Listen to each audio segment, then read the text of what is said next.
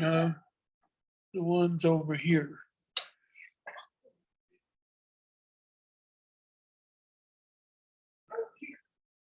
Yeah, on the window.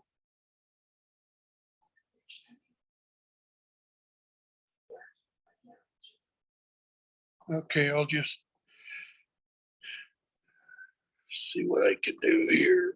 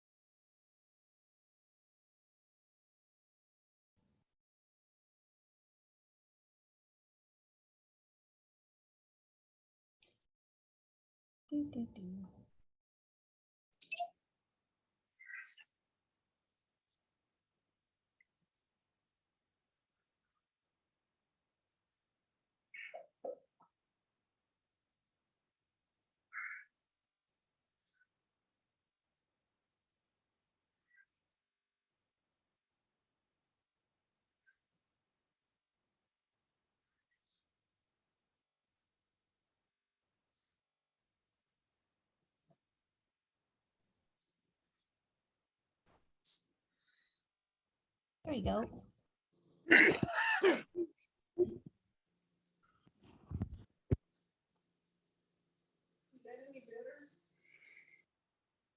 It took out some of it.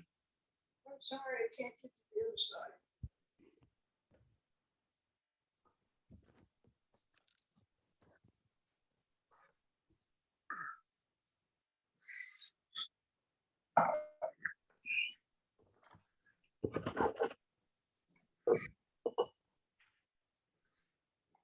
Turn off the overlights. No,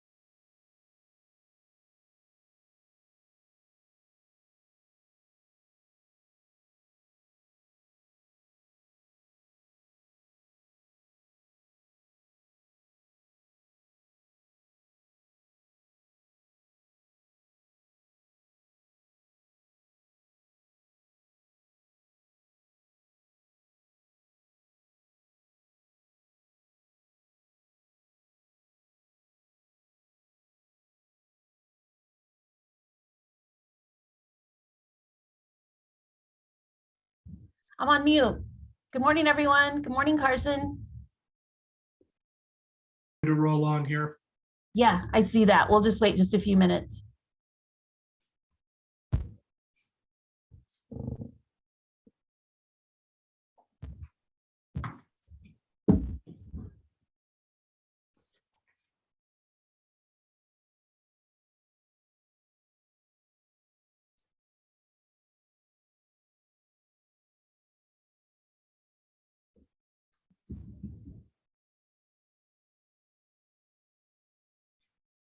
Good morning, everyone. If you want to go ahead and sign in the chat, we'll start here in about 1 minute. I have 7:31 right now, so we'll start it.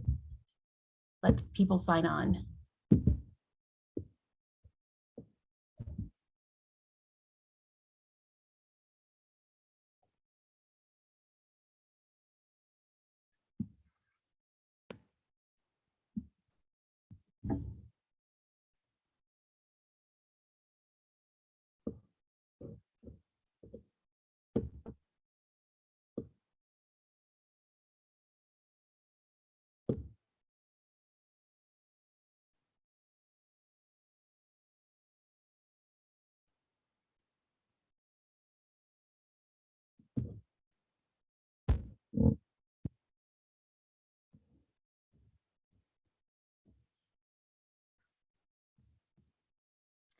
Okay, let's go ahead and get started. How's everyone doing this morning? So if you could go ahead and sign in the chat. You're at the NATA meeting this morning. You're my earliest meeting. Since Zoom happened, all my meetings seem to start a little bit later, but we're doing good. So welcome. I'm Commissioner Lynn Baca with Adams County, and then the board is here. So we have, I'm the chair of the NATA board. The vice chair is Mayor Joan Peck from Longmont, and then Mayor Greg Mills, and then Carson Priest. Welcome, Carson. For Smart Commute is the administrator of our meetings. So we're going to go ahead and get started this morning. I just need a motion to approve the February meeting minutes. So those are emailed out to you along with the agenda. So if we have a motion to approve. So moved. This is Nancy. Thank you, Mayor. Second, Greg Mills. Thank you, Mayor. So let's do the nays first. So anyone opposed or have any corrections to the meeting minutes? Okay, so let's do the ayes. So all in favor say aye. Aye. Aye. Any nays? Okay, any abstentions? All right, the minutes pass. The next item on our agenda is we have the raised grant letters of support. So the first letter that's up, that's a little small for me. It's the City of Commerce City. So if I understand, and correct me if I'm wrong, Carson, that this is a project identified on the NATA projects list. So it doesn't need to go to a vote of the membership. Is that correct? 88th project to widen that street and add some improvements, and it's on our priority list. So we're good to go, and you've already seen the signature here at the bottom. Apologies, it's kind of small. I thought I would just show the actual letter. That's perfect. So is a representative from Commerce City here that would like to briefly just talk about your project? Is that Brent, or is Mayor Huseman on? Yeah, good morning, Chair. I actually, if you'd like, I'd have a little PowerPoint presentation if you'd like a little background on the project. Yeah, I'm fine with that. Okay, I'll. One sec, Brent. Sure.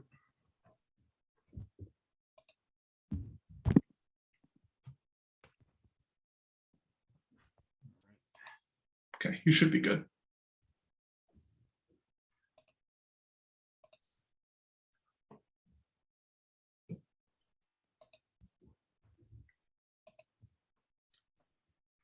So Carson, can you guys see my screen? You're great. Okay. So good morning, Chair and members of NATA. My name is Brent Soderlin. I'm the city engineer for Commerce City, and I'm just going to give you guys a brief description of our 88th Avenue project. And so, oops, I gotta. And so this is just a picture of the existing condition out there. So it's really just a 2-lane road that carries quite a bit of traffic. We have well over 20,000 vehicles per day on 88th Avenue. And so this is just the project limits. So the project is really between I-76 and Highway 2. And then we're also doing some improvements to Rosemary Street. And that is because we need to improve the function of the traffic signal in the intersection at Rosemary and 88th. And so this slide shows that this project is located within an area of historically disadvantaged communities. And I would say just anecdotally, when I drive this corridor, that you see folks walking along that unimproved shoulder to get to the bus stop at 88th and Brighton, and also to the distribution centers to the east. So, this is really an important project for us. The benefits of the project is that we will be widening from 4 lanes from I-76 to Rosemary, and then from Rosemary to Highway 2, we'll be installing our major collector cross section that includes 2 lanes and a center left turn lane. We'll be adding sidewalks and a multi-use path within the corridor. We're going to improve the signalized intersection at Rosemary, as I mentioned, and then we're also going to add a signal to the Mile High Flea Market. The project also includes lighting, drainage improvements, landscaping, and a public art component. So the project history. The improvements have been part of our transportation master plan since 2010. In 2018, we received a Dr. Call grant for NEPA and preliminary design. In 2020, received an additional grant for final design and right-of-way acquisition. The FONSI and the preliminary design were completed in October of last year, and we estimate the final design and right-of-way will be nearing completion this summer. So this is just, we estimate the total cost of the project, including design, construction, and right-of-way, is roughly $34.8 million. We've received $3.15 million worth of Dr. Cog grants towards the project so far. Our total match for the project, local match, is roughly $8 million, which I think shows that the city is really committed to this project. And then our desired raise grant application ask is roughly $23.65 million. So at this time, I'd be happy to take any questions. Fantastic. Thank you so much for that, Brent. Are there questions for Brent with Commerce City or their project? Morning, Madam Chair. Morning. Brent, I would like to reach out. Is it too late for anyone else to submit letters of support? Because AC Rep would probably be willing to do that. We are open to taking as many letters of support as we can get. So yes, thank you very much. Great. I will reach out. Thank you. That's fantastic. Thank you so much, Lisa. Any other questions? I travel that frequently and it's a needed improvement in the area. So that will be a huge, huge project for Commerce City. So thank you, Brent. Yeah, thank you. Yeah, so the next letter of support is for the city of Brighton, and it's their Bridge Street project. Is there a representative from Brighton that would like to speak to this? And then we will need as a membership to vote on this, because this isn't on the, and Carson, you can correct me if I'm wrong, it is not currently on the project's priority list for this particular section. Okay. Is there a representative from Brighton, Mayor Mills, or? I don't know of anybody from staff that's on. I mean, I could speak a little bit about it. Sure, go ahead. And Commissioner Baca, you've traveled this enough. You know the needs over here. But for everybody else, Bridge Street is a major corridor in Brighton that also known as Highway 7. It connects a core part of our city to an eastern part of our city that has been developing over the last couple decades. And right now, if you want to be even a pedestrian that goes between the two parts of the community, you don't have a complete sidewalk connectivity. And if you try to drive on that road at 5 o'clock, it's a real bottleneck in the community. You go from a 4-lane to a 2-lane back to a 4-lane. In the area where there's a 2-lane, there's a mobile home park. There's another intersection that is just not complete for pedestrians. So we want to have a full build out, a full connectivity for to make a complete community whole. And obviously, if anybody was on the AdCog subcommittee last night, you saw a more comprehensive presentation from our assistant assistant public works director. And you see some other projects that are needed beyond that coming up here in Brighton to connect all parts of our community. So we just want a letter of support. We'd like to get this project going soon, and we appreciate it. Thank you. Great. Thank you so much, Mayor. Are there any questions for Brighton on their project? Oh, looks like Chris Montoya's on now. Go ahead, Chris. Good morning. I think you're on mute. Yep, thank you for that. So I can give just a quick little background as well for this particular project. This was formerly a State Highway 7. It was taken over by the city of Brighton in 2011 approximately. Additionally, in speaking with the project, we'd be doing ADA improvements, traffic signal improvements. We're looking at also trying to make it a smart street. So under the smart street option, that would include more technology improvements that we don't we see on most corridors, and that's kind of an effort to make it like a hallmark type project. There were things like visual message boards, enhanced pedestrian intersections to give priority to other modes of transportation opposed to just always the traffic, and just looking at all those different type of alternatives. For that particular corridor currently as well, it is the main arterial that bisects the entire city. It would be classified technically as a major regional arterial as well. There's a BRT project currently right now that kind of ends right at the west side of Brighton. So the intent is really to look at it extending to the east side of Brighton. And this would be that segment that ties into it, even though it's no longer a state highway and owned by a local jurisdiction. So I just wanted to provide some of that background information as well. Fantastic. Any other questions for Brighton? Thank you for that, Chris. I will just add that this is another roadway that I travel. It's in my hometown. The west side of Highway 7, of course, is the BRT that we're working on as a region with Broomfield.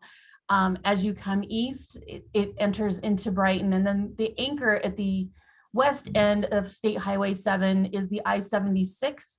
What is proposed right now to be an interchange at I-76 and State Highway 7, or what we know locally, it's called Bridge Street.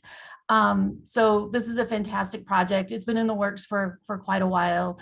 I will just add that as we have, as a region have grown, there is an RTD stop along that roadway, and that has been designed in. So there, I can't talk to the design specifically, but right now what we've seen on the state highways is that there is no shoulder. And Shoshana Liu, Director Liu at CDOT has, when they went on their tour for their 10-year plan several years ago, had talked about there's no shoulder on the state highways. And that's exactly where this bus stop is. It's been there in existence as long as I can remember. So that's something else that Brighton would like to address with this project. So with that, I will take a motion from the membership to approve this if there aren't any additional questions.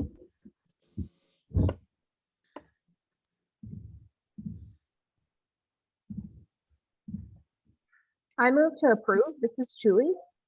Thank you, Julie. And then I have Sam Taylor, that your hands up.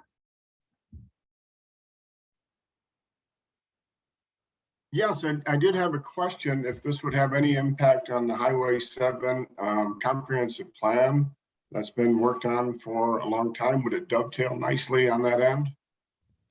I'm going to defer to Christopher from Brighton to answer that. So this particular roadway section, I believe, meets most of the intent of all the transportation plans. It's 2 lanes in each direction with all your turn pockets. I believe that our master transportation plan had reflected all the different agencies' plans as well. So I think that should answer your question. Yeah, it does. Thank you. I really appreciate it. And this is Nancy. I'll second. Thank you, Mayor. If there aren't any additional questions or discussion, all in favor of supporting the RAISE grant letters of support for the city of Brighton, say aye. Aye. Aye. Any nays? Anyone want to abstain? Okay, congratulations, Brighton. Thank you, Carson, for that. And thank you, staff, for your input on both of those letters. Okay, so next on our agenda is the Smart Commute update with Carson Priest. Find my mute button here, Chair. And that's on my windows. Thank you. I'll be really quick here. Just a few slides from Smart Commute as an update to what we've got going on leading into the summer. First up, I mentioned this last time, but a little bit more formally this time. We're really planning our summer outreach, and we would love to be at your event. Thank you to North Glen and Broomfield for offering up a couple of events in April for us to be a part of. We're really excited to get out there this year, especially as we roll out a new logo and a new brand. It'll be really nice to have that. Bike to Summer, our program that we launched last year, will be back this year in June, July, and August, a little bit more condensed version, since Bike to Work Day will be in June this year, and we're not leading all the way up to September. So just like that, Bike to Work Day is June 22nd. Please mark your calendars for that. I'm sure all the staff folks know that, but we're excited to have a more quote unquote normal Bike to Work Day this year. Secondly, just to toot our own horn a little bit here, and I can't take much of the credit. This is Karen Stewart's and Jean Shreve's project from before I became executive director, but we were just awarded the North I-25 Flexible Micro Transit Service, which is the Flex Ride and most recently the e-bike portion of that program, a Dr. Cog Metro Vision Award. This is not the first time we've applied, but we're just really happy to win this. We think it's a great pilot project for a suburban flexible micro transit project and an e-bike program to complement that. I have a few slides here about a project that I want to work closely with NATA jurisdictions on. It's a bike gap analysis project. We've received grant funding from CDOT to run a program with the goal of coming out of this with a data set that would lead towards a bike map that identifies some good regional gaps so that we can go after funding in the future to maybe fill those gaps and encourage biking at a regional level across the North Metro. So here is a message on the screen basically saying we want to convene a group of stakeholders from each of the NATA jurisdictions and some local businesses that are interested to host a longer term discussion about what a regional bikeway network should look like and what we want it to look like. What we're funded for during this first phase is just a preparation stage. So we're going to identify what that regional vision for a bike network might look like. There's some existing resources out there through Dr. Cog and other folks that are pretty darn good, but we want to sit down with each of the jurisdictions and look at it at a more micro level and decide, you know, where those regional trails lead into local trails and where those gaps really are. The preparation stage will really result in our minds in a clean bike map data set that's ready to go to design and print. So this is not a design and print bike map project for us. We don't have the funding to do that, but we would like to set it up so that tee it up essentially, right? So the next grant that comes down the pike for TDM, we can go after some graphic design for a design and print. And that leads into the future stages here, right? Graphic design stage, print stage, distribution stage, and the ever important user input collection and map revision stage. We don't want to leave that out.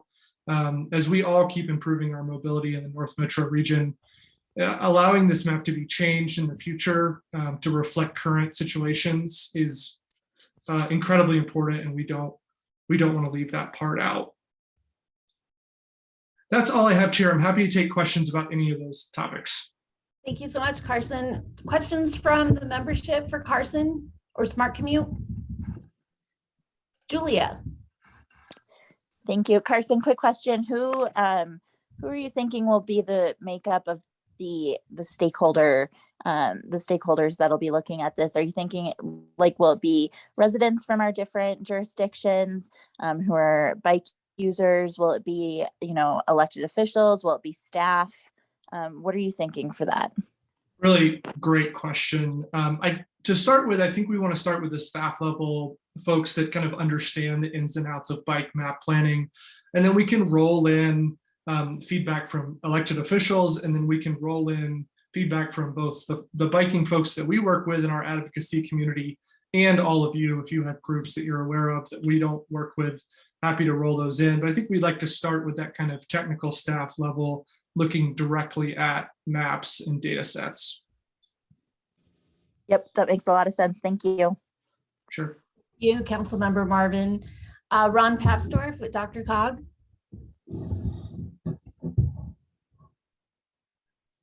Hello, hi, can you hear me? Yes. Hi, Chair, thank you. Carson, thank you so much. Really appreciate this effort, and DRCOG stands ready to help. I think this is a great example where we try to do work around the region. We completed it about 2 years ago, a regional active transportation plan. Really look forward to working with you and the communities in NATA to build on that, expand on that, and use that as a great framework for more local action. Fantastic. Thank you so much for that, Ron. We really appreciate it. Any other questions from the membership? So thank you, Carson. So next on our agenda, we added during our SPC meeting on Friday, a spot for the CDOT Transportation Commissioner update. So Director Stewart, welcome back. Thank you. Can you see me and hear me? Yes, we can. Right. We had our Transportation Commission meeting last week, and I think it was a pretty good meeting, and I'll give you an update of some of the things that happened in that meeting.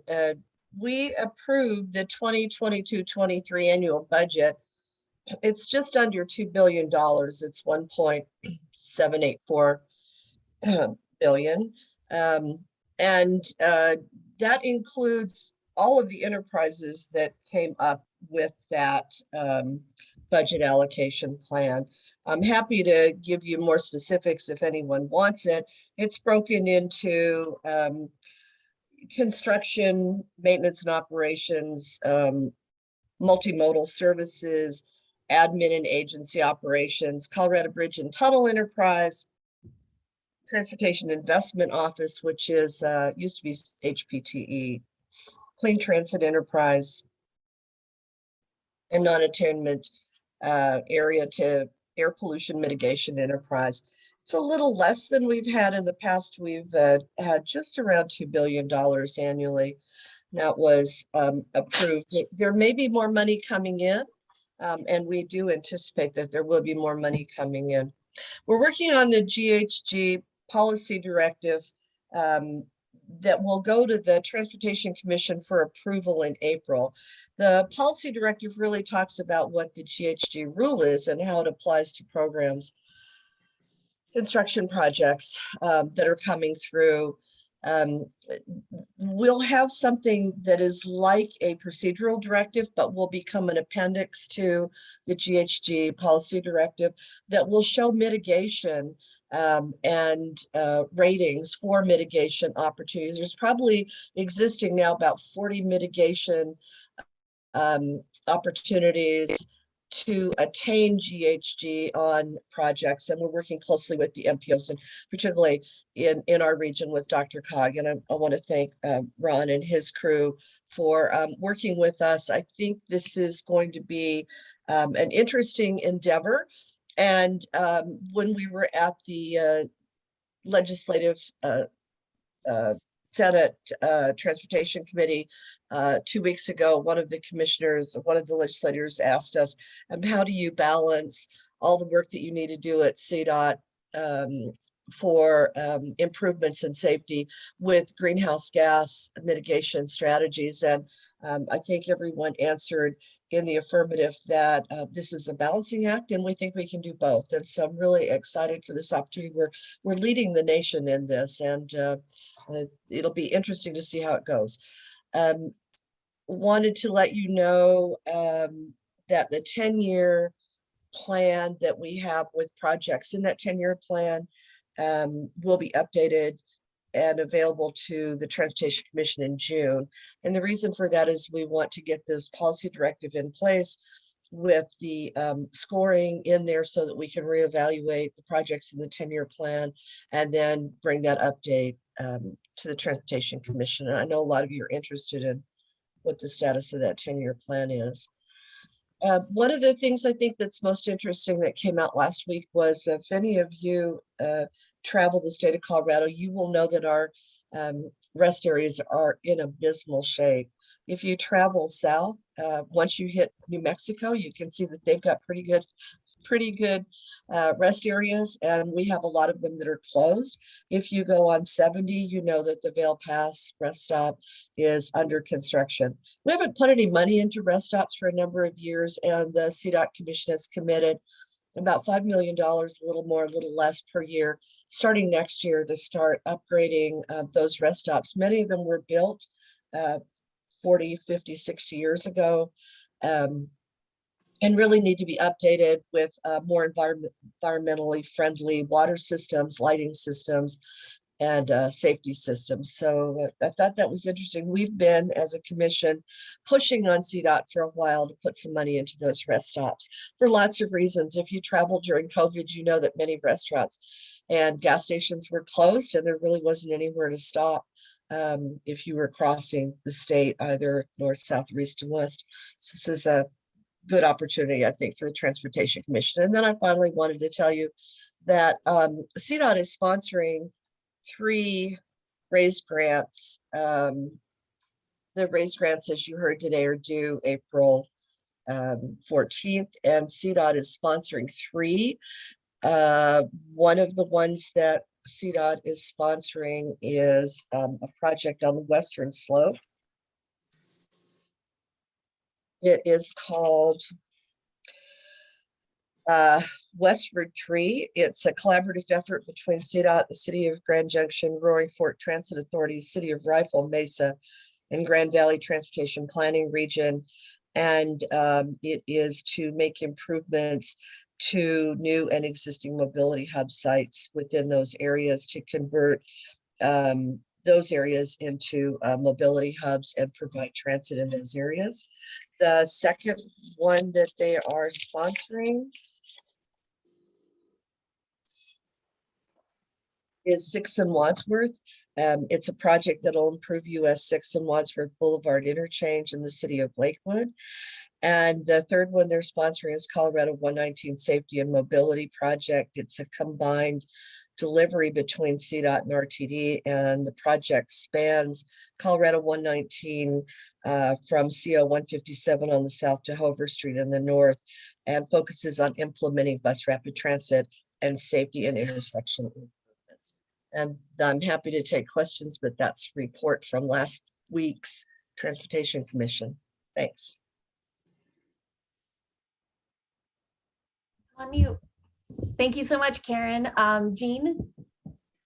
Yes, I don't know how many people heard about this yesterday, but the Secretary of Transportation came out and said that some of the money from the Infrastructure Act is being going to be given out in grants, and applications for the grants are due in the 3rd week of May, and it is a 50-50 match.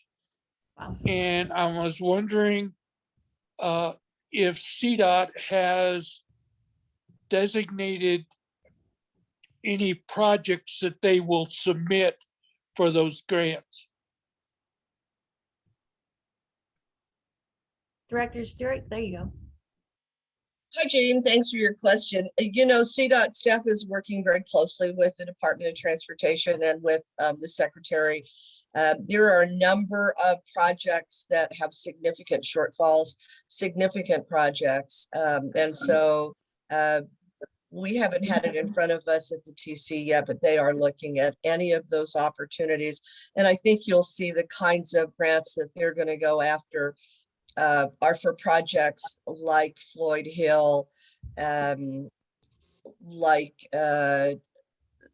North I-25 segment 7 and 8, those kinds of large projects that are significant cost and have inadequate funding at this point. But maybe next time when I come, Jean, I'll have more information on that. We have not made a decision on any other grants other than the RAISE grants at this point. Thank you. So Karen, I have a quick question for you. Since this is the first time we've heard in your official capacity, do you want to talk a little bit about the boundaries of Region 1? And then how can we prioritize, what can we do as NATA to influence our projects? What is the criteria that CDOT looks at for RAISE grants, for grant opportunities coming forward that come in the future? You bet. And there will be some more opportunities. My understanding is that there'll be a RAISE grant every year, a call for projects every year. So I should say that the NATA catchment area is in 2 regions, Region 4 and Region 1. And as your it's interesting because the regions don't correlate with the districts that commissioners are assigned to.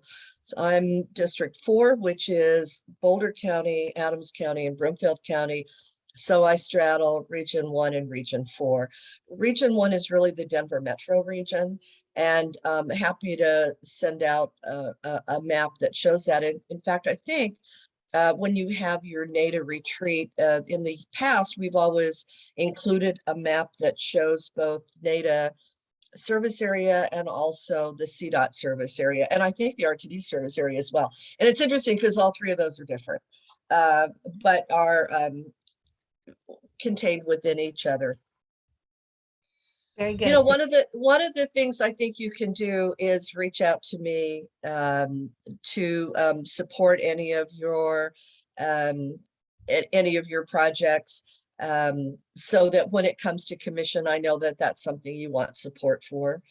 There are 11 commissioners, and we typically talk about what our needs are in our area, and then we vote for the good of the state. It's sort of like being a county commissioner coming from Brighton. It's the same sort of thing, you know.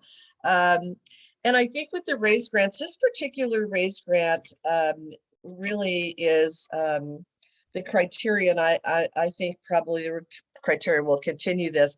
You know, it's safety, how project improves safety outcomes, environmental sustainability, how the project will reduce emissions, promote energy efficiency, incorporate electrification or zero emissions infrastructure, that sort of thing. Quality of life, how the project increases or improves transportation choices, expands access to essential services, improve connectivity to critical destinations like jobs and healthcare. And proactively addresses racial equality, equity, and barriers to opportunity, improves mobility and community connectivity, how the project encourages free accessible movement with or without a car and meets ADA requirements, increases and improves freight mobility and supply chains, economic competitiveness, how project impacts the movements of goods and people, and state of good repair, which improves and the condition and resiliency of existing transportation facilities and systems. You know, we have a couple of projects here, besides the 2 that were given today that are sponsored by Commerce City and Brighton. We've got a number of projects that seem to fit into this category, but I do want to say that, you know, the grants can be no more than 25 million. And on some of our projects like 270 and the crash quarter at 84th and 104th, you know, that's a huge dollar cost, and 25 million maybe doesn't move the needle as much as 25 million would do for Commerce City or for Brighton. And then also there's a restriction that no state can get more than $225 million in awards in a single year.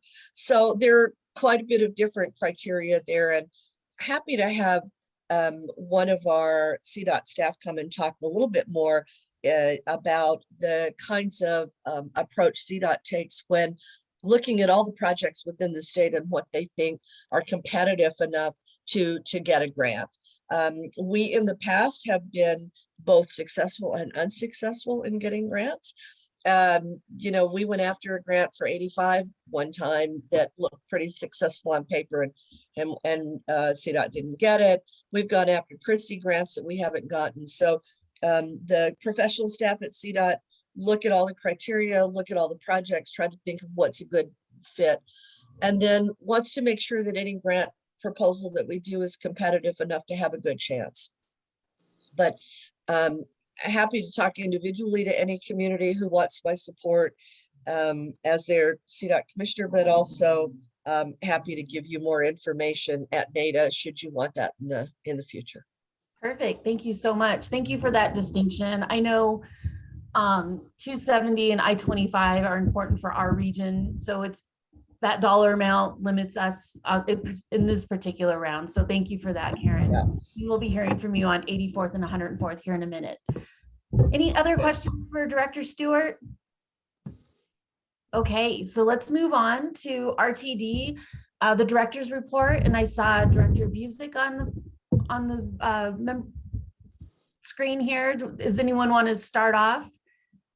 Sure, I'll start. I see that we've also got Director Whitmore, Director Davidson, and I believe Director Williams is also on the call. So I'll start. A lot of things going on at RTD. I think most importantly, last Friday, the board at a special board meeting approved the collective bargaining agreement with the Amalgamated Transit Union 1001, which represents roughly 2/3 of RTD's employees. The union is pleased, as is RTD, with the result of the negotiations, and hats off to our CEO and GM Deborah Johnson and her negotiating team for making this happen. Resulted in some significant increases in not only economically for our represented employees, but quality of life issues as well, that we are hopeful will assist in the recruitment and retention of employees, which is the biggest issue. We have dropped runs on our commuter rail lines and other lines as well. And I know that was a topic of discussion with NATA, and I've got Deborah Johnson here in a moment who may be able to speak to some of those issues. Before I get to that, though, we've also, you may have read in the paper and seen on the news recently, issues at Denver Union Station and the kind of unveiling of the beginning of a security plan, which has been really in the works for months now. And these issues haven't just occurred, today or yesterday. They've been ongoing for quite some time. And we have been working not only within RTD, but with our partners at the state, with our partners at the city and county of Denver, and at the federal level, as well with the FTA. So we've been working really hard to address these issues. Deborah Johnson announced that plan that has gotten a lot of media attention lately. She can talk about that in a minute as well. And I'll just finish up with, I have been working with First Vice Chair Geisinger, Deborah Johnson, and Michael Davies and others on Spare the Air, Spare the Fare concept coming forward. And it looks like we're looking at the month of August to be a free fare month for RTD, to not only spare the air and help with the greenhouse gas emissions during a huge ozone time frame during the summer, but also try to get people interested in riding RTD and used to that concept of taking transit. So hopefully that will be a success. Before I go on to the other directors, if I may, if I just have Deborah Johnson comment a little bit on the drop run issue, how the CBA might address some of that, and anything else you want to talk about with the Union Station security issues. Ms. Johnson, if you would, thanks. Yes, thank you very much, Chair Busick, and good morning to all the NATA membership. It's my pleasure to join you this morning. In reference to the comments that Chair Busick put forward in light of our collective bargaining agreement that was just effectuated as of Friday, March 18th, I know there's been quite a bit of concern and consternation as it relates to dropped runs, specifically on the N line. I do want to manage expectations by citing that there is a requirement pursuant to the Federal Railroad Administration that requires a second crew member. However, that second crew member is not an RTD employee. we leverage assistance for second crew members through a third-party contractor. And quite naturally, in the midst of the great resignation, the big quit, it has been challenging to find frontline employees. These positions are entry level, and they're not as appealing as one would hope, because oftentimes they don't provide for healthcare benefits. So I just want to provide context as I talk about this. But with that as the backdrop, needless to say that our teams have been working collective and collaboratively. More specifically, as you may be aware, for those of you that utilize the inline, that they are security ambassadors and officers in some instances. And we are coordinating with the city and county of Denver, because those that are armed on board have to go through a licensure, and that's through the city and county of Denver. Having just had a meeting on Monday morning with our colleagues within the administration there, we are having our individuals fast track. So we will have 24 additional security ambassadors ready to help us with the staffing issues. Quite naturally, the issue of not having adequate people power isn't indigenous to the Regional Transportation District. That's due as well to the backlog that the city and county of Denver was having, hence the problem with us having those adequate crew members, the second crew member aboard the inline. I want to also stress that regarding misruns, RTD has made a commitment. We will not cancel the last run. We are utilizing supervisors. We are utilizing other management personnel. We are utilizing other staff to serve as that second crew member, because we are committed not to leaving anyone, and I use this in air quotes, stranded. So while I know the perception is that there's been quite a bit of misruns, we still are delivering service in the 90th percentile, but I recognize we have greater things to do as we go forward, and we are committed to do that. We are working in earnest to create innovative personnel deployments to maximize coverage, and I will leave it there, and we'll happy to entertain any questions as we go forward. In response to Chair Busick's comments about Denver Union Station, I think if anything, I want to impart upon everyone that, as we all know, the operative word and what I'm charged with doing as being the CEO of the Regional Transportation District is to deliver public transit. And the operative word in that is public. We do not pick and choose our customers. These issues that are prevalent to us are societal issues that are combing the country, and public transit is interwoven into the fabric of the communities in which we serve. So with that as a backdrop, I have a responsibility to ensure that the teams that I lead here at RTD, being our employees specifically, have a safe work environment, that our customers can traverse our facilities without fear of encountering unwelcoming activities. And while we are working in tandem with a myriad of different stakeholders that have been great, this problem is bigger than RTD. It's bigger than the city and county of Denver. It basically requires all of us, because I am trying to lead this effort with a stance of firm compassion. So with that, our teams, in conjunction with the city and county of Denver, did a walkthrough several weeks ago to ascertain what could be done, crime prevention through environmental design. What could we do to tweak to deter some of the unwelcome behavior that has basically been very prevalent at Denver Union Station. In doing that, we have come to the realization there are some small fixes that we can do in a short time frame. And with that, it's as simple as ensuring that the inoperative lighting will be replaced throughout the bus concourse, because when things are more illuminated, there's people are less apt to act in unwelcoming, bring forth that unwelcoming behavior. We also will be doing pre-recorded audio announcements. They are actually nearly finalized. That'll be broadcast in English and Spanish. That includes information on services, our Transit Watch app that I encourage anybody that has an Android or, an iPhone to go to the Apple Store and basically download that, because we need you to be our partners in safety and security.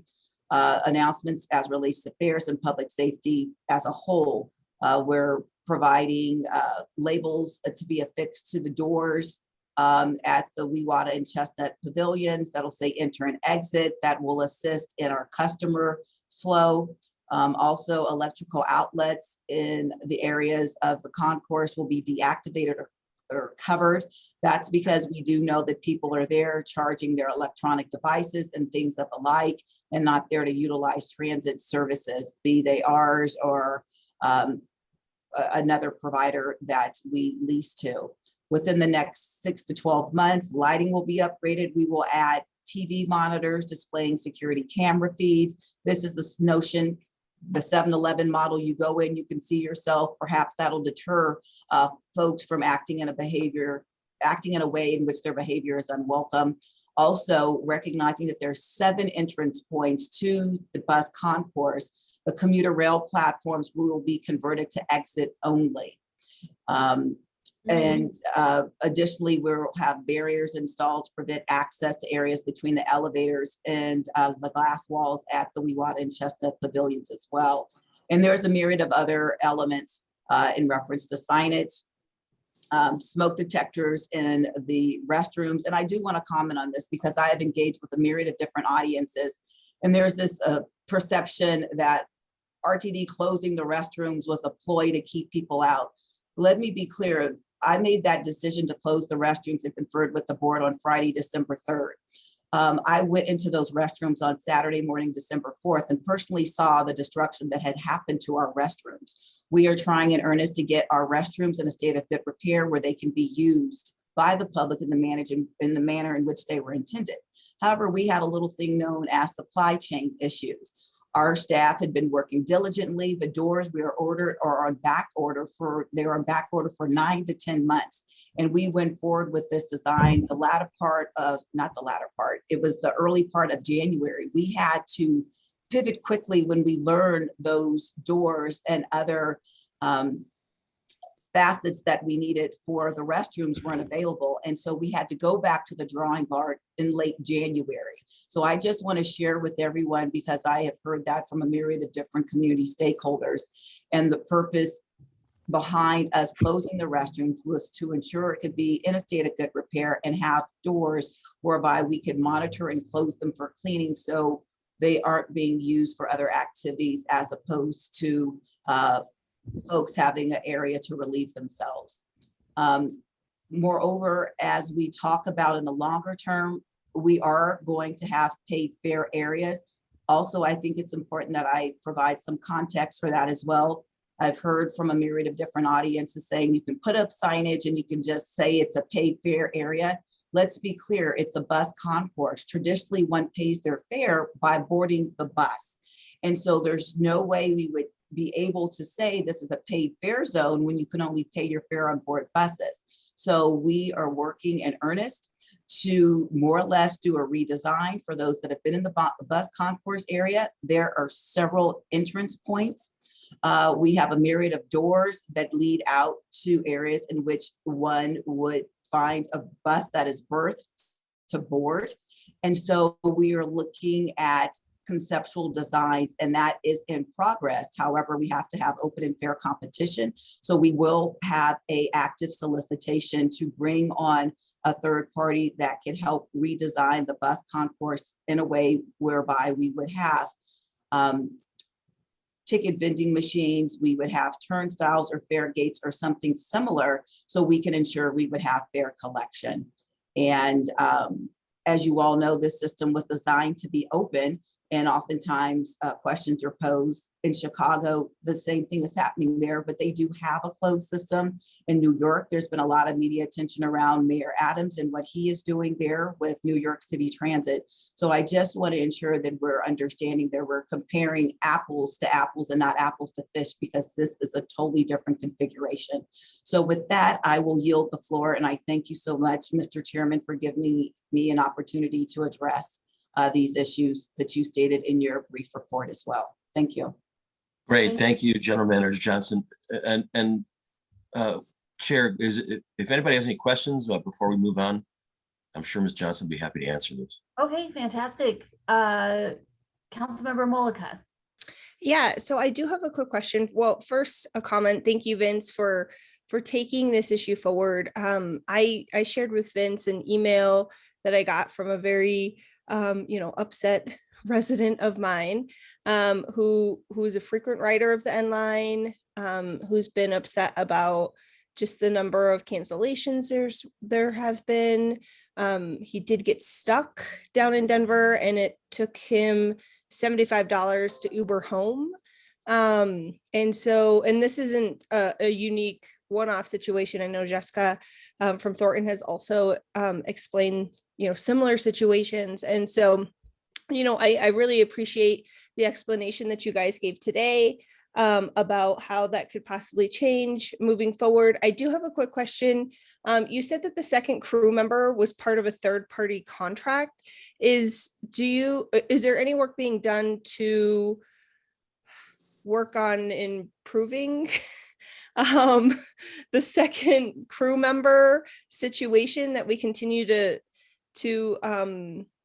come across? Because since that seems to be the reason why a lot of the cancellations on the N line are occurring. Obviously it's not an RTD employee, which is helpful to know, but what are you guys doing to try and improve that situation specifically? So thank you very much, Councilmember Mullica. I too am in receipt of that same email because the city manager shared it with me as well, Heather Geiser, so I appreciate that. So we are working diligently and have been since last summer. What we're trying to do is have the second crew member transition that to an RTD position. In order to do that, we have to work with the FRA. We need to work with our concessionaire. There's contractual agreements that need to be mitigated as it relates to an amendment. And we also needed to get through our collective bargaining agreement, as this will be a represented position by the ATU 1001. So there are a myriad of steps that need to ensue. And I don't want to speak too much out of school, but when I say that we are very close, we are very close. And that was my comment when we said creative personnel. And so that's the overarching aspect. And I remain optimistically hopeful that we will be in a place where we could have sign off and something comes my way probably within the next month or two. Great. Thank you so much. Because one of the things I did put in my email to Vince was, if this is going to continue to be an issue, is there any way that RTD could do some type of safety net program of like, if you're stranded somewhere, we'd cover your Uber ride or something. But if the tides are going to be changing, I think that would be, great news for those folks who do rely on the N line to get down into Denver. So thank you so much for that update. I do have another question if I could ask, Chair. Yeah. Okay. My other question, so Vince, you talked about this Save the Air August initiative. Are you guys receiving any supplemental funding to cover the loss in tickets that you guys are losing in August to help support this initiative? Yes. And I'll turn it over for more detail to Deborah Johnson. But yes, our state partners are working with us to defray the cost of that. And Ms. Johnson, if you want to have any more detail. Yes, if I can just frame it for everyone. So just by way of background, some time ago, in recognizing that you, Councilmember Mullica, served on the Accountability Committee, conversations had ensued in reference to RTD's responses to free transit that spawned out of those discussions with the Accountability Committee. So recognizing we had talked some time ago about identifying monies that would be available in relationship to doing a money swap as related to CRISA. And we had identified 12 days in which the agency would do a Spare the Air and Fare program. In the early part of December of 2021, I was apprised that the administration was interested in doing something as related to the ozone period. And so conversations had ensued relative to that as well. RTD was going down the path, recognizing we had already made a commitment that we did have money set aside, because as we look at the overarching cost, it's not just lost fare box revenue. We have to keep in mind that there's residual impacts when you do a program of this magnitude. And having done due diligence, and in reference to my personal background, having been part of the Spare the Air program that's taken place in the San Francisco Bay Area since 1991, do have some understanding of the implications that happen. There's an increase in calls for security traditionally on those days. You often will have others that are utilizing the system, so you have to have people on point to be able to swap out vehicles. So all of those costs overarchingly will be in the range of $340,000 on a daily basis. We had earmarked those monies because we had trend data that we could utilize from the course of the early part of the COVID-19 pandemic, when RTD did have fare-free transit due to minimizing contact with our operators and those boarding. So I provide this information to say that just received on Tuesday some draft bill language. It's not what we anticipated. We have yet to assess that going forward. We also are working as we go forward, identifying sources through the TIP program. So while we're not at a place where all monies could be covered, there are some aspects of it relative to that roughly $340,000 a day. No, that's a lot of information, but I thought it was important to frame it in such a way so everybody could garner a better understanding. Awesome. Thank you so much. It sounds like a great opportunity, not only for RTD, but for the region.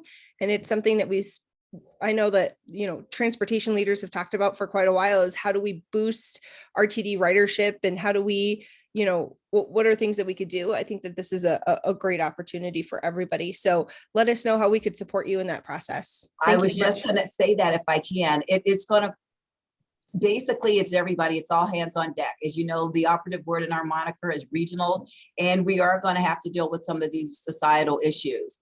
And recognizing that the Metro Mayor's Caucus did submit a letter saying there's support there, but we're talking about Health and Human Services support when we do have individuals that are experiencing homelessness, when we have people that, have mental health challenges as well, and the whole aspect of security. So it really is all hands on deck, because we want this to be a great experience. RTD is committed to it, but I'd be remiss to say, dealing with the issues that are paramount in and around metropolitan core areas, that there are going to be some hiccups. And so with everything that we know going into this, I think it's incumbent upon us to have all hands on deck and manage expectations. So it's not RTD, big bad RTD with a black eye once again. Agree. Thank you so much. Thank you. Thank you so much, Deborah. Chair Busick, did you have more to add? That's all I have. I'll see if Directors Whitmore or Davidson have something. Okay. Go ahead, Director Davidson. Thank you, Director Whitmore. Thank you very much. Good to be here as always. I'll keep it short. Obviously, some of the biggest items you heard about, we're all very excited about the collective bargaining agreement and the positive feedback that we've already been receiving on that. It's a fantastic effort by our leadership team and by the union as well. I'll just briefly touch on one issue that you may see a little bit and some folks may be interested to follow along with. We're still at historic low interest rates, and we are working to take advantage of that on the finance side. As I think we've mentioned on some prior updates, we've done some refinancing of our debt. Obviously, debt service is a pretty substantial issue for RTD. We have one additional opportunity that's been identified by our financial staff of pretty substantial savings to refinance and realize either $103 million in savings or $120 million in savings. The reason I bring this up is there is a little bit of a trade-off decision that the board is going to be making between that $103 and that $120 million savings opportunity. The $120 million savings opportunity calls for exhausting our bonding authority, which is for the fast tracks unfinished corridors, and would exhaust our bonding authority until 2044. While that may sound like a bad trade-off, we've encountered a very interesting situation here where we're coming up to the 20-year anniversary of the 2004 fast tracks vote. And it turns out we've heard from bond counsel that there is very limited precedent for bonding authority extending beyond 20 years. Additionally, there is some precedent from other jurisdictions that our bonding authority actually, and I'm going to use the term expire very lightly, would not be usable beyond the 20-year mark. It's not a true expiration, it's just we enter a murky territory. So it's possible that the future of fast tracks would need to be financed by other mechanisms, which actually increases the need and the urgency for us to identify any savings in the short term that we possibly can. So I wanted to mention this. I've received a few questions. There was a CPR article that Nate Miner did put out last week after our Finance and Planning Committee meeting. And I've received a couple of questions about it. It's fairly nuanced, and I just would encourage anybody that as you do have questions, as you follow along, certainly feel free to reach out to myself. Our financial team, led by our CFO, Doug McLeod, is doing a fantastic job identifying these opportunities, helping the board understand the trade-offs of decisions like this.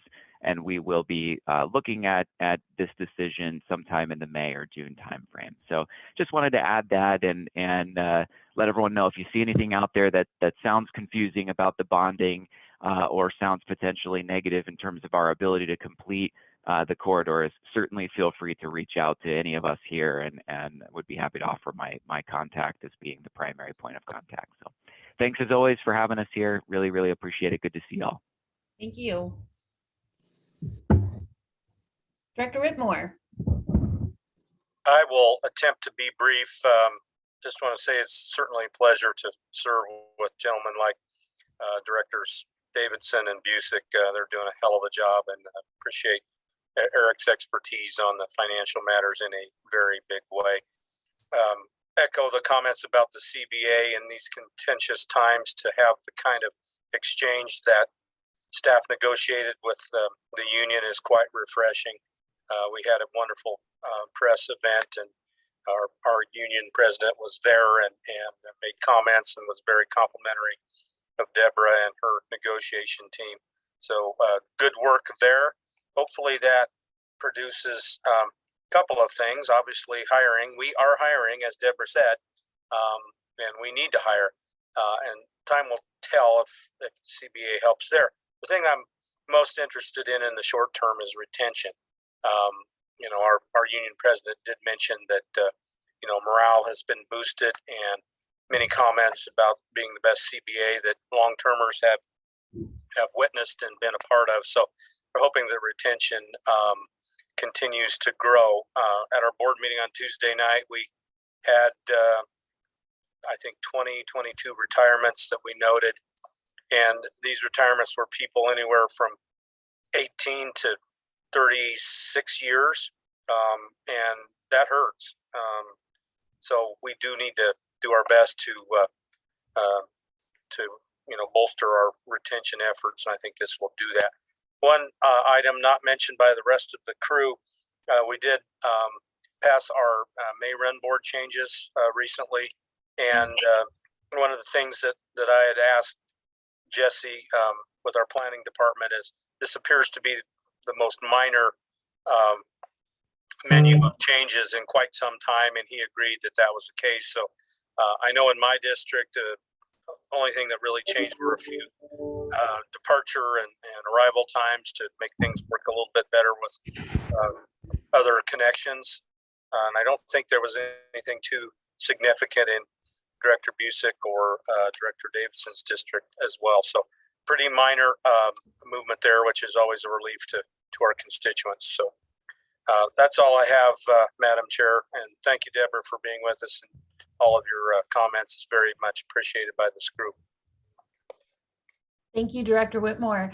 I want to thank RTD, Chair Busick and Deborah for being here, all the directors, month after month. This was a fantastic update this month.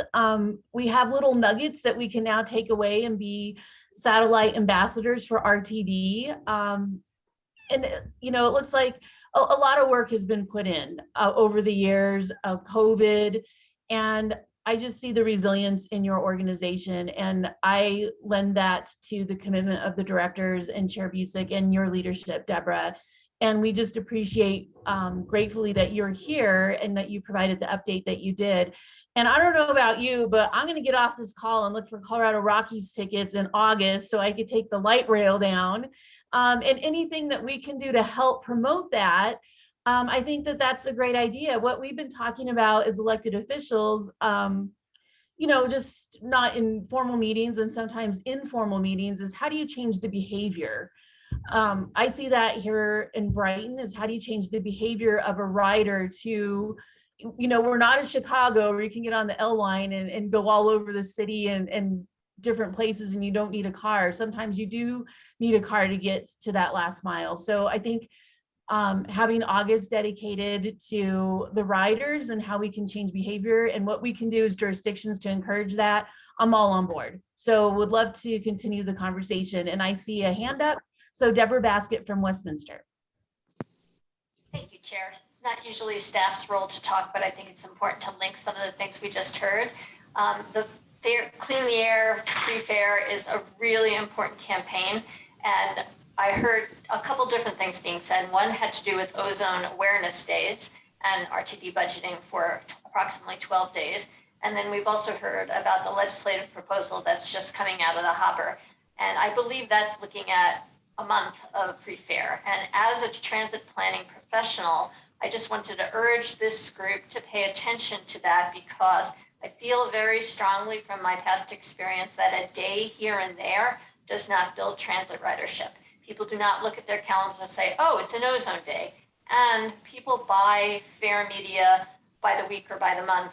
They don't, it doesn't work. It's not worth their while if they don't know. So I want to advocate as that legislation comes forward, perhaps, or other forums you all may be working in, to support the proposal to have perhaps the full month of August as a fare-free day to build the habit of ridership.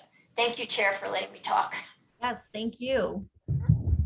All right, thank you so much, RTD, really appreciate it. So next on our agenda, we're back to Commissioner Stewart for an update on, I think it's called the Crash Corridor 84th to 104th. Okay, thanks very much. Great report, RTD. We're excited that you have joined us all these years and continue to do so. Appreciate your input. So the 84th to 104th Crash Corridor, as we're calling it, had another meeting. We have had 4 meetings in a series of 5 meetings in a small subcommittee, not so small, about 25 people. We've built it as a snowball. The first meeting was to define what the challenges are and what the history is, and we had elected officials and senior staff on that one. The second meeting, we met with CDOT and said, what's going on with the EA? What are your suggestions on how do we fix the safety issues here? And where do we go from here? The third one was an invitation to RTD, and General Manager and CEO Deborah Johnson was in on that meeting, as well as some senior staff and RTD directors. And this last meeting was designated to a few stakeholders that we felt were important to get some information from.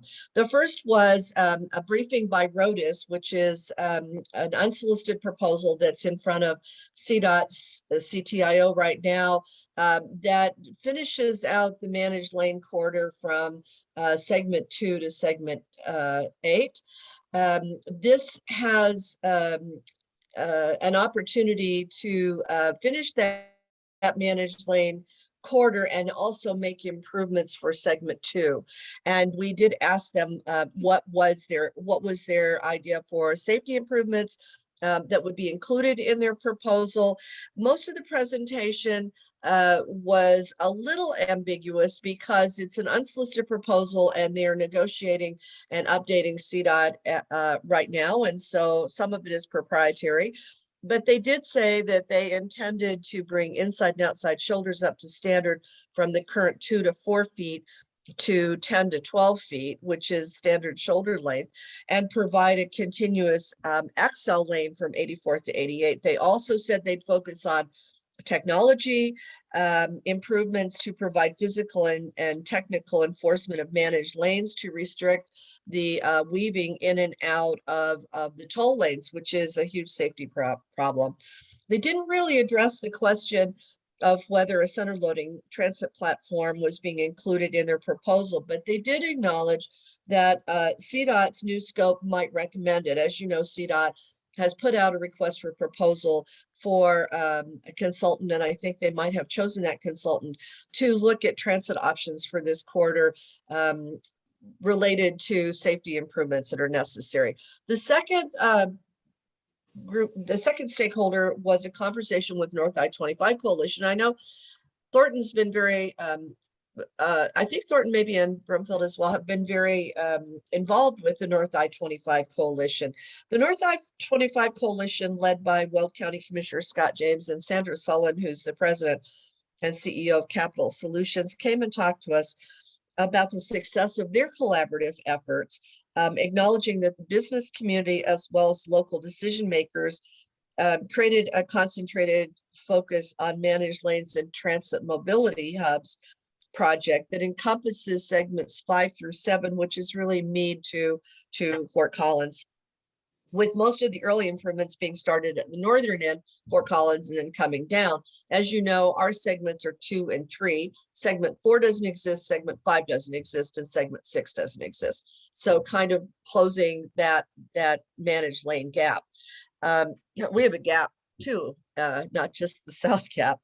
And then working south as funds become available. And they noticed that the project was their #1 priority with CDOT, and that the community committed business funds and local match funds from the municipalities and the counties, which were Weld and Larimer, and continued to lobby CDOT and their congressional reps for support, as well as pursuing every possible grant opportunity. And they're partially funded in the 10-year plan, but they need significantly more money to complete the full improvements.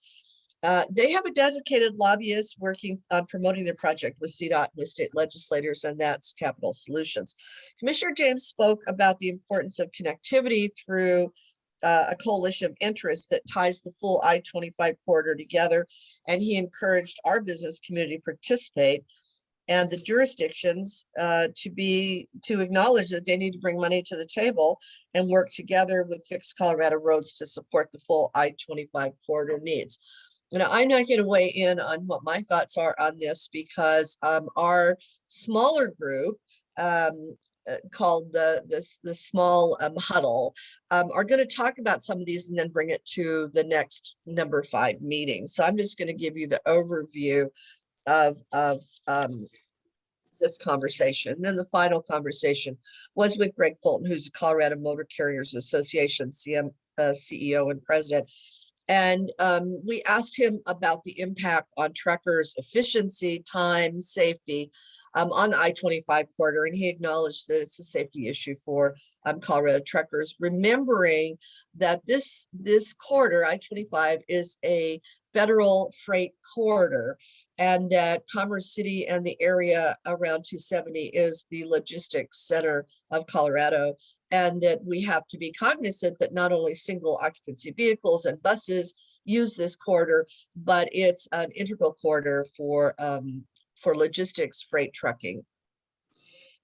So the next step really is #5, our meeting #5. We'll be meeting to define a number of things and explore some grant opportunities. This small hub group will meet hopefully next week, and then we'll let you all know about meeting #5. #5 will probably have some conversation about where we want to go from here, who do we want to involve. And I just want to encourage us to keep the ball moving on this. And also we need to be ready to move if some kind of a grant that has a significant amount of money available becomes available. And we probably need at some point very soon to pull in our congressional reps so that they know what we're talking about if we have the opportunity to ask for a grant. That's it. I'm going to keep it short, and we'll be back after we have our meeting number 5. I'm happy to take questions, but in the interest of time, we've got a great presentation from CO7, and I'd like to move on to that if possible. Thank you. Thank you so much, Director. Any questions for Director Stewart? Okay, we'll look for meeting number 5 and an update next month from you. All right, so next on the agenda, we have the State Highway 7 Corridor Plan Update. Brian Sorensen with CDOT. Great, thank you. Can I just, I guess I'll just let you know when to advance the slides, if that's all right. All right, perfect. All right, so yeah, just give a quick update on Colorado 7 State Preliminary Engineering and Environmental Project that we're working on. If you could go to the next slide. That's CDOT.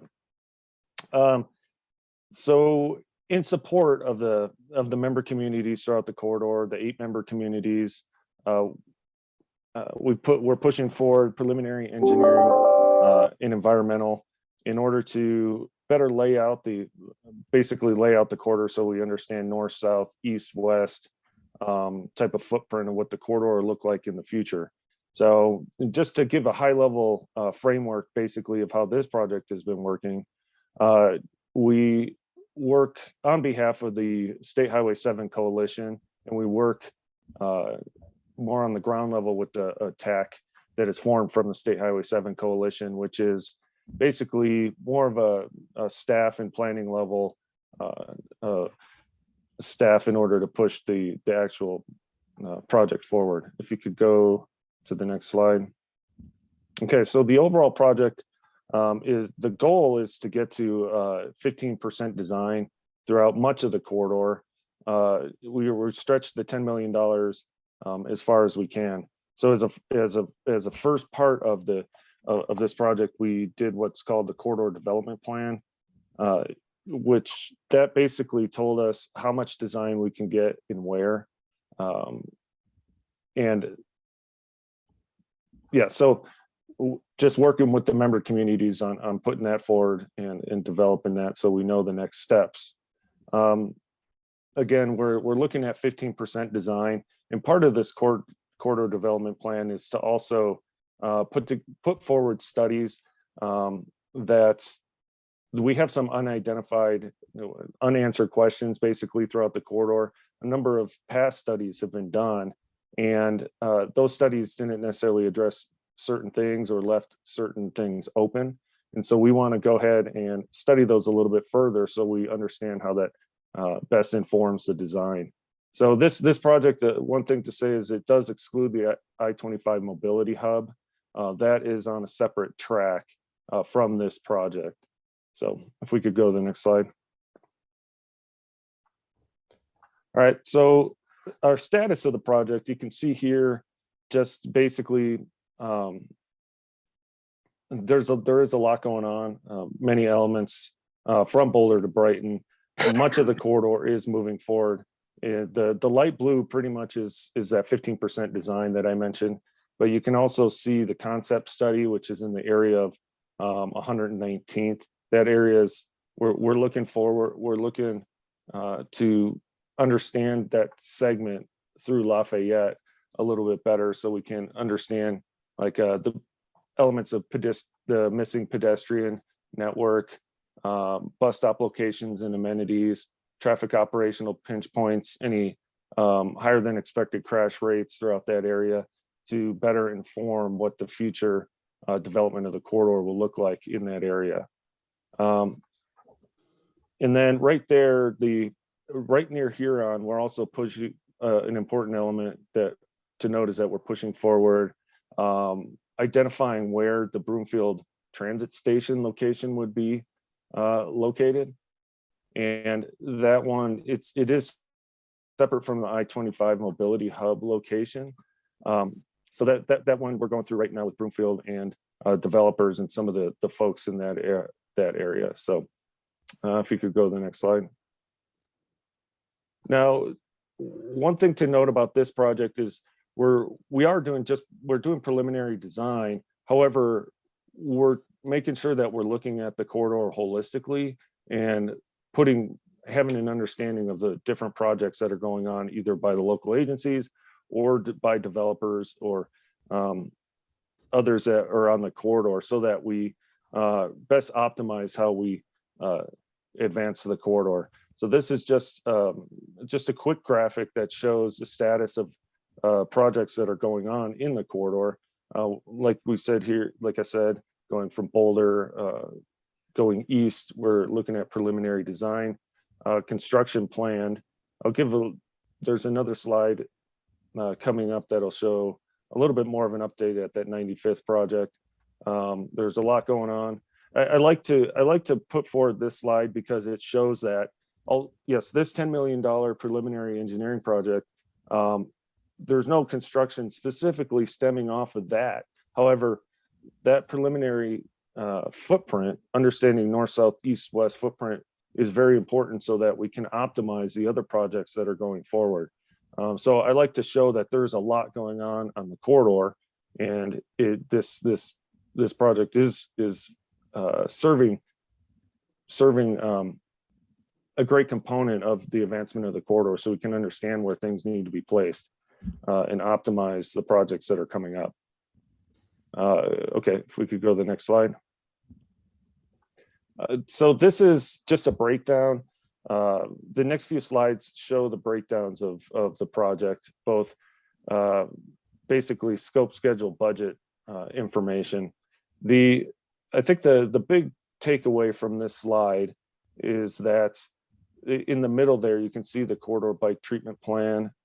We're moving that forward right now. That's basically, we're doing a study to understand bicycle typologies at certain intersections, what type of bicycle treatments would be appropriate throughout the corridor to increase bicycle safety and comfort. So I think that's an important one to take forward. And the elements shown within this slide are basically to answer the questions that we need to help optimize the advancement of the corridor. That's a big element to take away from this. So why don't we go to if we could go to the next slide, let's show timing on some of these a little bit better. But right now we have some LiDAR, which is just basically survey. We have some survey coming in. You could see most of the activities taking place here in the 2022/2023 timeframe. We will be starting a technology deployment plan shortly. Corridor systems planning tool, which will help us understand how the corridor will further develop it in both traffic and land use planning to help the member communities optimize how projects are put forward. And then we could see there, we're working within the tip cycle and what those milestones look like. And Sarah Grant will be given a little bit of an update on that next. If we could go to the next slide. Just trying to get through these relatively quick, just to make sure Sarah has a few minutes here to talk about that. These elements are basically, SIUs stand for sections of independent utility, which are the elements, those are the segments of State Highway 7 that were taken forward to preliminary design. So I think that's the big takeaway from this slide, is to note that these SIUs are what we're pushing forward and putting actual pen on paper design to have that preliminary, as I said, north, south, east, west footprint to advance, so that we can advance those into the next phase, which Sarah will talk about here next. Next slide. Okay. Here again is that same type of information without the cost, but related to schedule. I think it's important that we have basically the way the corridor is laid out, and we went through it fairly quick, but SIU A would be in the Boulder area, and then the SIUs would progress up to SIU M as you go east, ending at Brighton.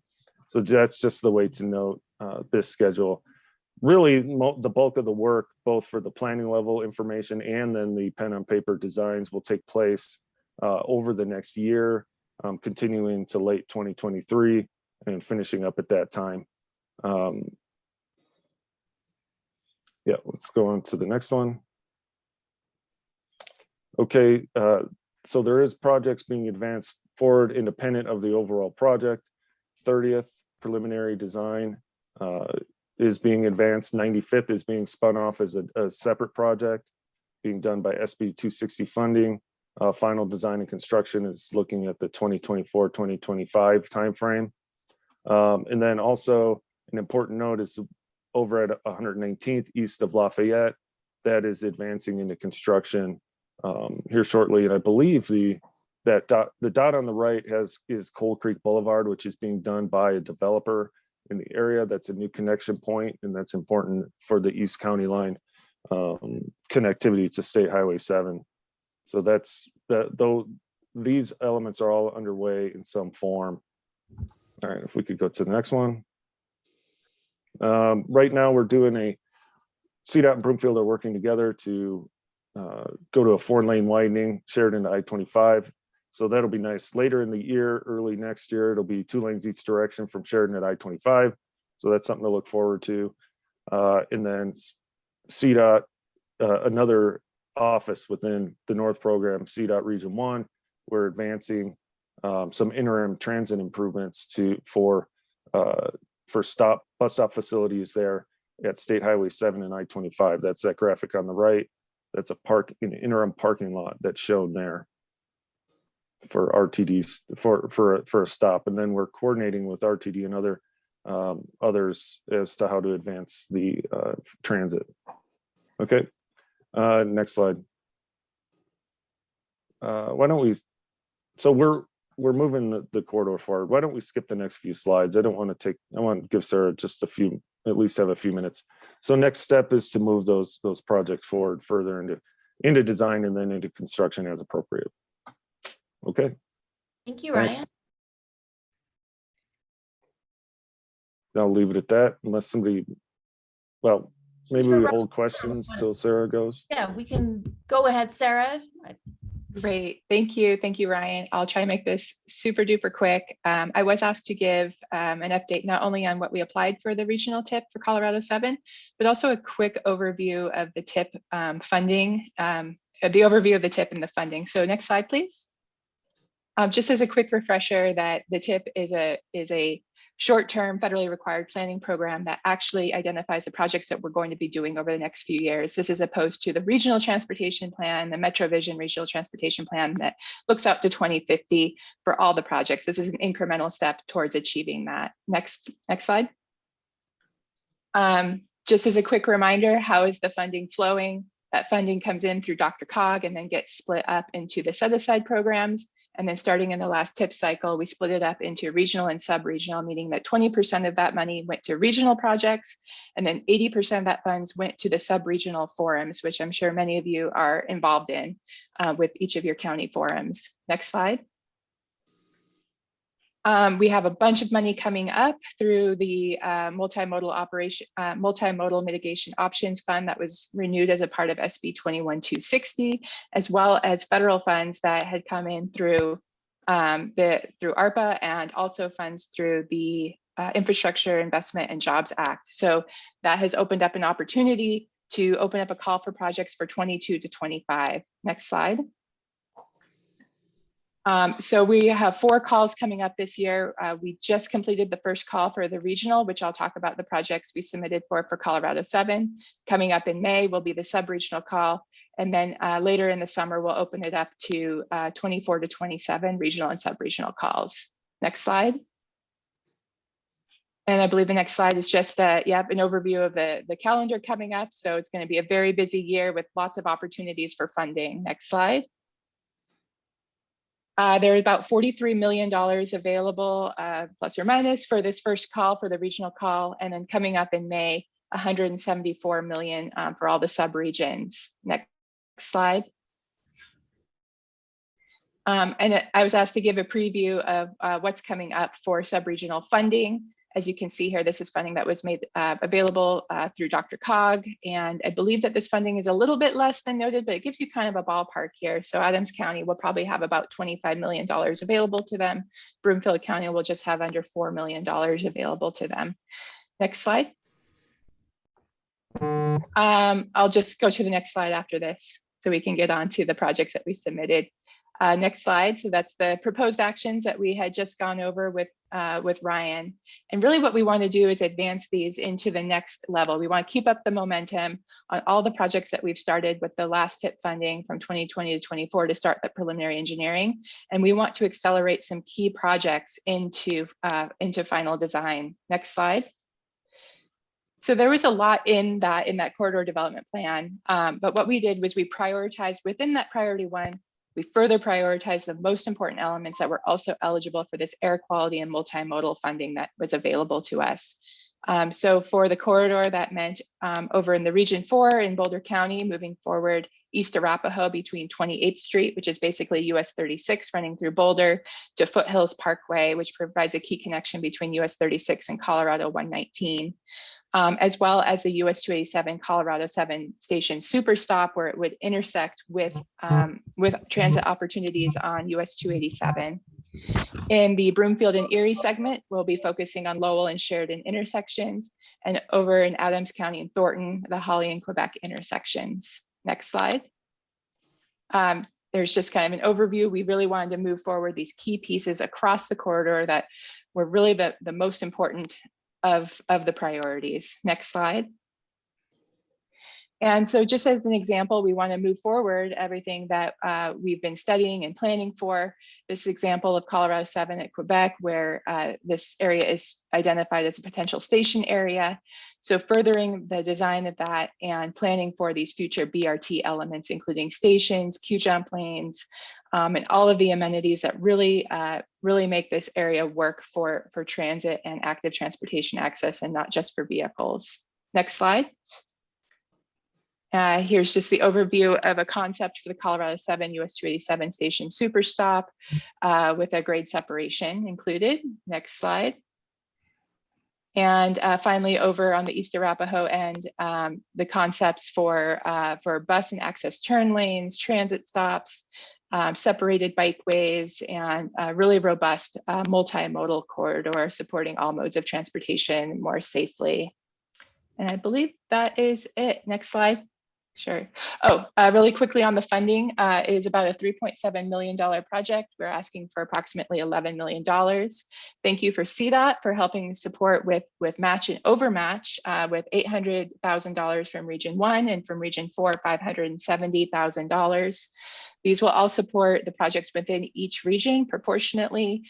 And we also received support, financial support from agencies, and well as just support overall for the project from Adams County, Broomfield, and from Boulder County. So much appreciate that from all of the forums to support the project moving forward.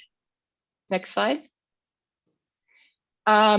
I'll just say this really quickly. I don't need to go through the rest of the slides here, but also Boulder County has submitted an application to initiate transit operations east on the corridor, east of Boulder County, to connect to the I-25 mobility hub that is planned to be open in 2024, as Ryan was just talking about. So really excited to see that interim mobility hub moving forward at Colorado 7 I-25. Once that opens, that will allow us the opportunity to have startup service.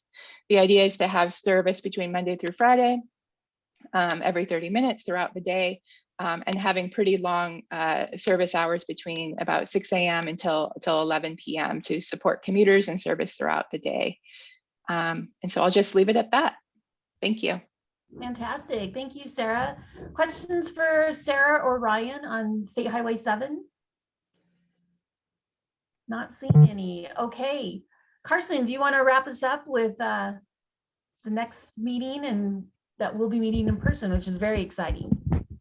Chair, just very quickly, thank you for rushing here at the end, Sarah. I really appreciate that. So next meeting will be our NATA retreat in person.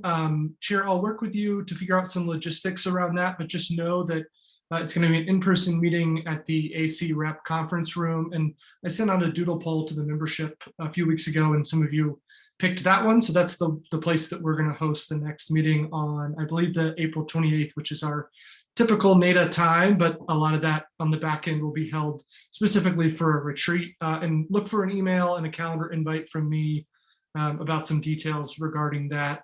coming up next week. And just as a side note, I'll be sure to post these slides. I know we went through them quickly on our website, NATA's website, as well as the recording, which we always have here too. Fantastic. Thank you so much, Carson. Thank you everyone for participating in today's meeting. We ran just a little bit over. We look forward to seeing you in person in April. So have a safe month and we'll see you next month.